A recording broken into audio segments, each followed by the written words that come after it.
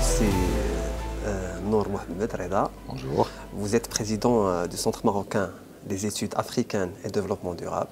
On vous souhaite tout d'abord la bienvenue dans cette quatrième édition du Forum économique de la région de Fès-Meknès.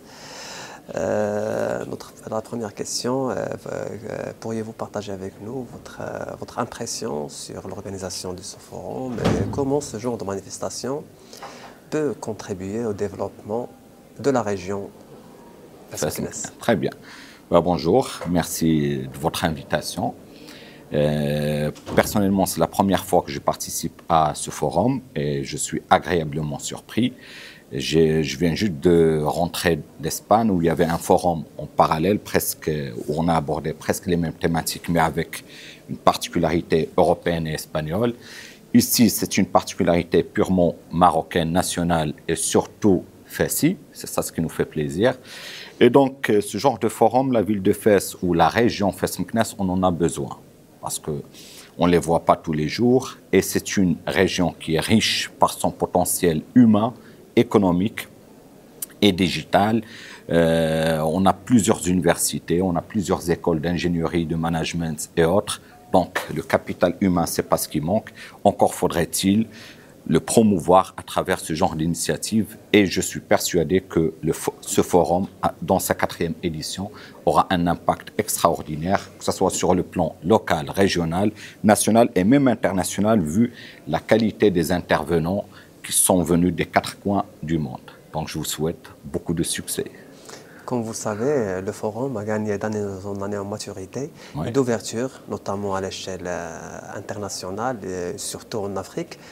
En tant qu'expert en cybersécurité, comment vous voyez cette évolution? Est-ce qu'il n'y a que des avantages ou il y a aussi des limites? Une très bonne question, surtout lorsque vous focalisez sur l'Afrique, parce qu'il ne faudrait pas oublier que depuis quelques années, la politique étrangère du Maroc et de Sa Majesté s'est orientée vers le continent africain qui regorge de potentialités, que ce soit sur le plan humain ou en termes de ressources naturelles, et qui ouvre plusieurs opportunités pour les entreprises marocaines. Donc, n'oubliez pas que le Maroc, par exemple, est le premier investisseur étranger dans la région de l'Afrique de l'Ouest.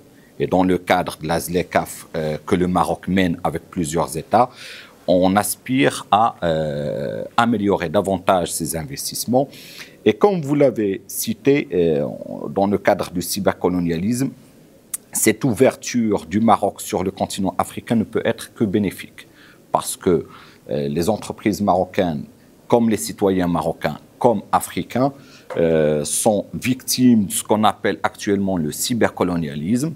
Pourquoi? Parce que toutes les données qui sont utilisées, partagées par le 1,5 milliard d'Africains sont généralement hébergées dans des data centers qui se trouvent essentiellement aux États-Unis et en Chine. Et donc, dans ce cadre, le Maroc a mené une grande opération pour garantir une certaine souveraineté numérique, ce qui n'est pas évident parce qu'il y aura toujours des problèmes vu qu'on n'a pas des data centers. Mais avec la nouvelle loi qui a été publiée, j'espère qu'on va résoudre ce problème. Il y a une législation qui vient juste d'être adoptée par le Parlement marocain. Et donc, on essaiera de limiter la casse de ce cybercolonialisme et de cette fuite des données, ce qu'on appelle actuellement le pétrole d'aujourd'hui. Donc, le forum de Fès essaiera et contribuera à cette initiative pour assurer une certaine souveraineté numérique du Maroc et du continent africain. Comme vous savez, ce genre de forum est qu'un rassemblement des entreprises, des startups de tout genre et de toute taille. Quels conseils pouvez-vous, souhaitez-vous transmettre aux entreprises pour renforcer leur sécurité en matière d'information? Je ne suis pas sûr que je suis très bien placé pour leur donner des conseils, vu ma qualité de juriste, mais j'imagine qu'il y a d'autres intervenants. Ce matin, on a assisté à 2 panels où il y avait des intervenants qui sont très bien formés en la matière. Personnellement, en tant que juriste, j'étais agréablement surpris par la qualité de leurs interventions.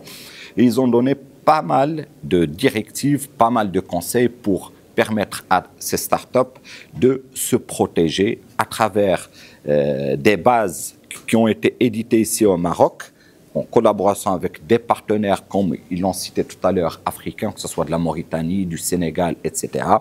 Donc, les spécialistes sont très bien formés en la matière. J'espère qu'ils assureront une certaine sécurité des données marocaines et pour les entreprises marocaines. Mais je suis très confiant. Comment vous voyez la législation, en matière de législation, comment vous voyez l'évolution des droits marocains pour protéger Pendant plusieurs années, l'arsenal juridique marocain était plus ou moins handicapé. Il y avait beaucoup de limites, il y avait beaucoup d'handicaps. On a par exemple une loi 0908 pour la protection des données personnelles, mais c'est une loi qui souffrait de plusieurs limites. Maintenant, on a essayé de légiférer, comme je vous l'ai dit tout à l'heure. Cette nouvelle loi essaiera de remédier à toutes les limites qui existaient dans l'ancienne loi, mais je peux vous l'assurer qu'avec la mondialisation des données, avec le partage des données, ça sera quand même difficile si on n'arrive pas à mutualiser les efforts entre le Maroc et tous les pays africains pour pouvoir lutter contre les dangers qui nous menacent. Monsieur Mohamed Nour Reda, président du Conseil marocain des études africains, du Centre marocain des études africains et développement durable, on vous souhaite la bienvenue parmi nous. Merci, c'est un plaisir. Pour votre participation. Merci à vous, merci de m'avoir invité, c'est très gentil de votre part. Merci. Beaucoup.